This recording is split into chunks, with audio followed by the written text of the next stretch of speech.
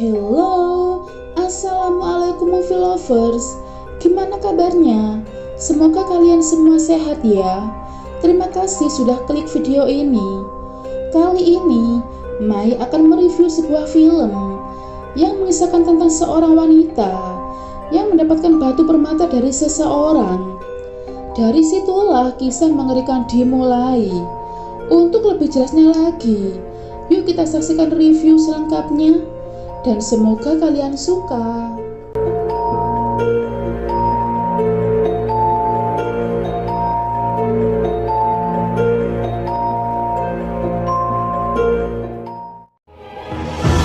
Watching, waiting, ready to play. Don't make a wish.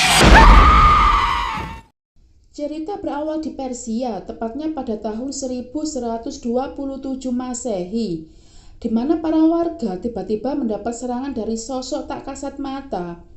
Para warga pun sangat panik dan kebingungan atas apa yang menimpa mereka.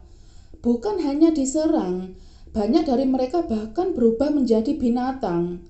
Sementara di lain sisi, seorang penyihir mendobrak pintu istana dan mengamuk kepada raja. Rupanya peristiwa tersebut merupakan ulah gabut dari sang raja. Raja sengaja membuat permohonan kepada jin kafir yang baru saja dia bebaskan. Sebagai bentuk terima kasih, jin kafir memberikan 3 permohonan kepada sang raja. Dan salah satu permohonannya adalah peristiwa mengerikan tersebut, di mana raja meminta jin sebuah keajaiban. Dan seketika itu, keajaiban yang mengerikan itu terjadi. Menyadari akan ada hal yang lebih buruk lagi, penyihir itu pun mengeluarkan batu permata merah. Tanpa babi bu, penyihir itu pun langsung mengurung jin itu ke dalam batu permata merah miliknya. And new and terrible masters.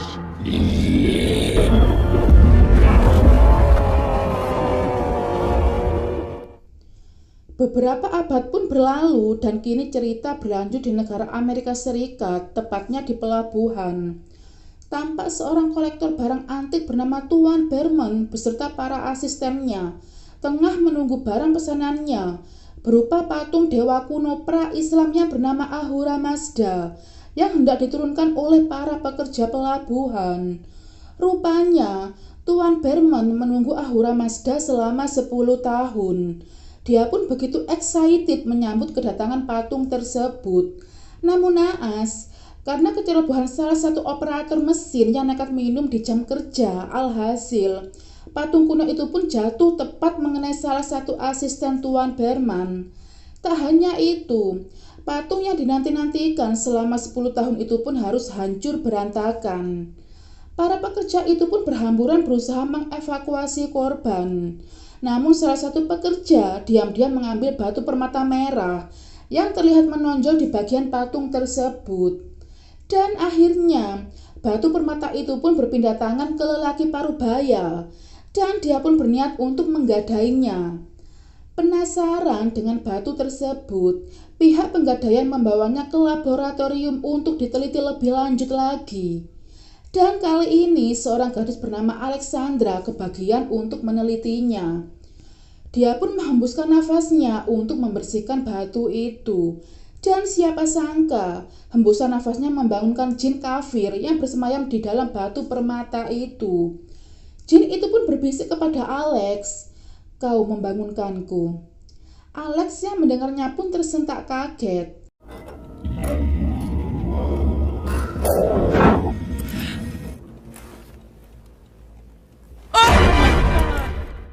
Alex yang penasaran dengan batu itu pun berinisiatif membawanya ke laboratorium ilmiah tempat bekerja sahabatnya, yaitu Josh. Alex menegaskan bahwa ada sesuatu di dalamnya. Beberapa saat kemudian, Josh meneliti batu itu dengan seksama. Namun di luar kendalinya, batu itu pun mengeluarkan cahaya. Cahaya itu pun membelah batu permata tersebut dan seketika itu, boom! Batu itu pun meledakkan laboratorium. Jin itu pun akhirnya bebas setelah penyihir itu mengurungnya selama berabad-abad. Dia pun menghampiri Josh yang tengah sekarat dan langsung menghabisinya untuk mengambil jiwanya.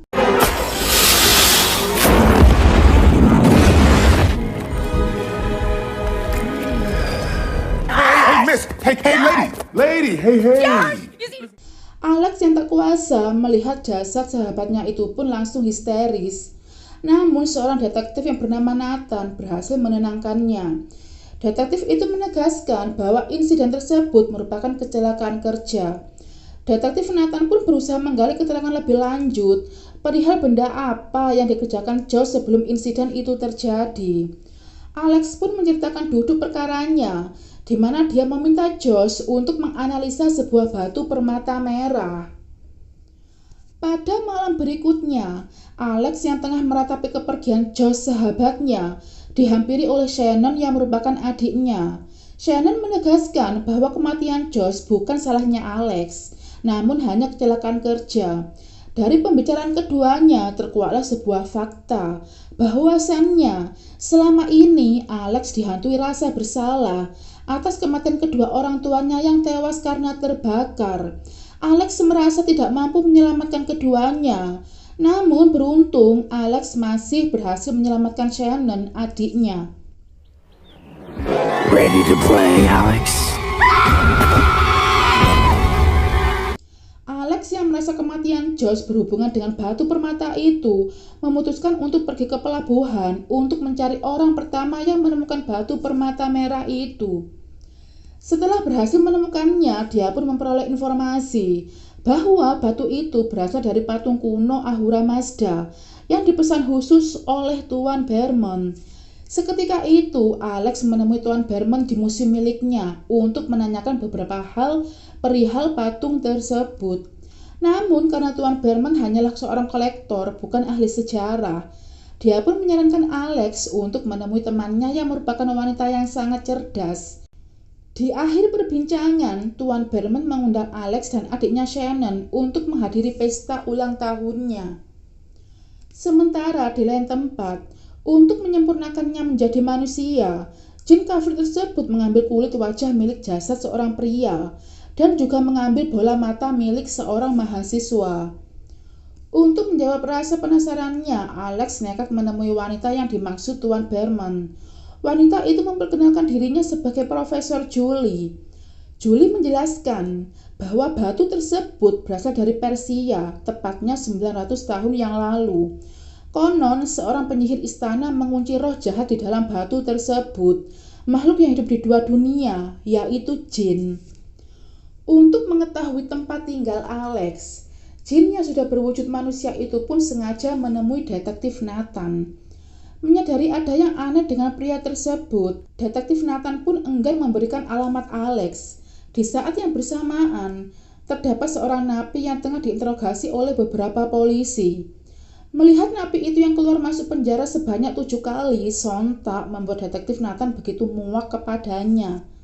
Seketika itu, jin tersebut mengangkat jarinya, hingga terjadilah insiden mengerikan, di mana napi tersebut tiba-tiba menggila tak terkendali. Dengan brutalnya, dia menembak siapapun yang berada di hadapannya. Lebih gilanya lagi, napi itu merobek mulut salah satu polisi dengan tangan kosong. Sementara, jin itu berhasil mendapatkan alamat Alex.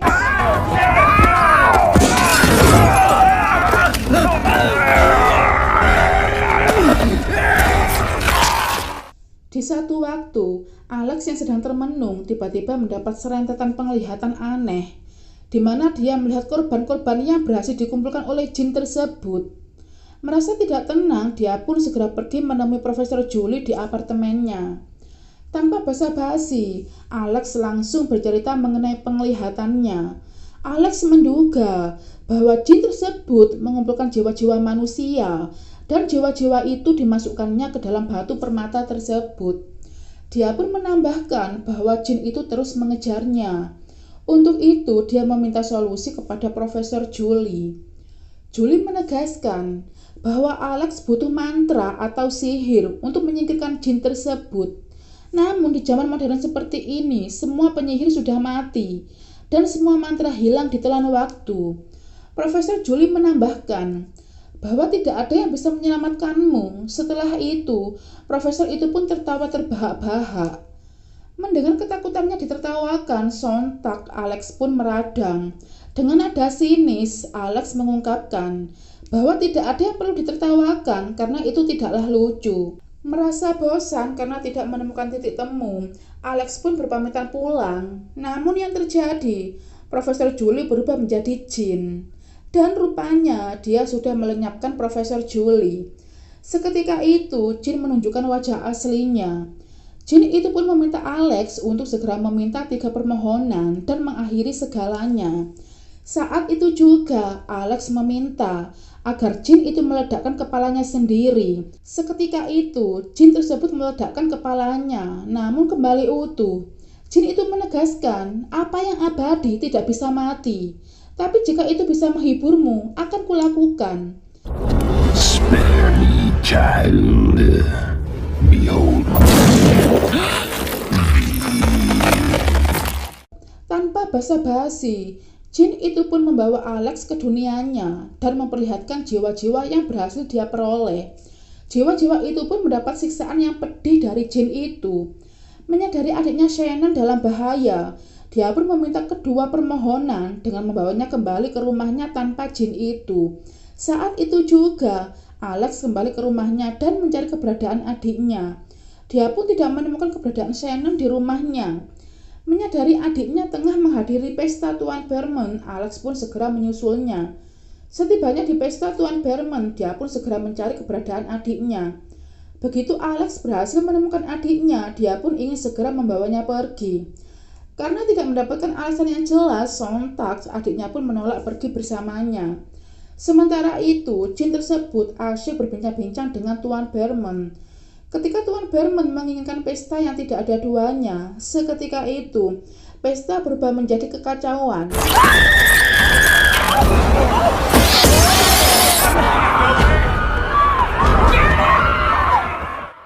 Di mana seorang gadis tiba-tiba berubah menjadi cermin dan pecah begitu saja.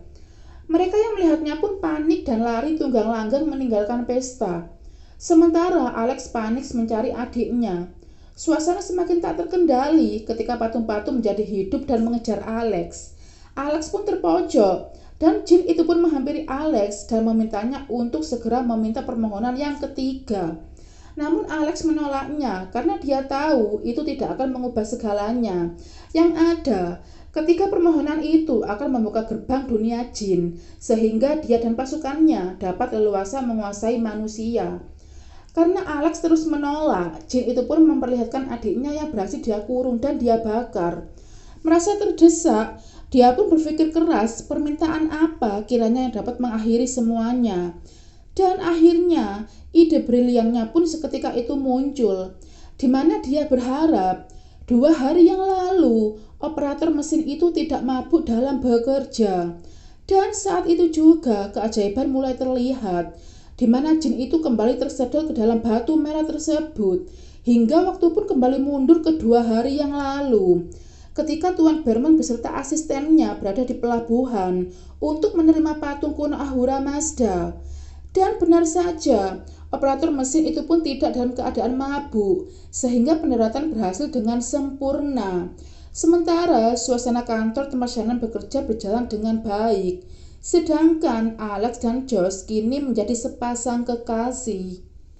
Dan cerita pun selesai.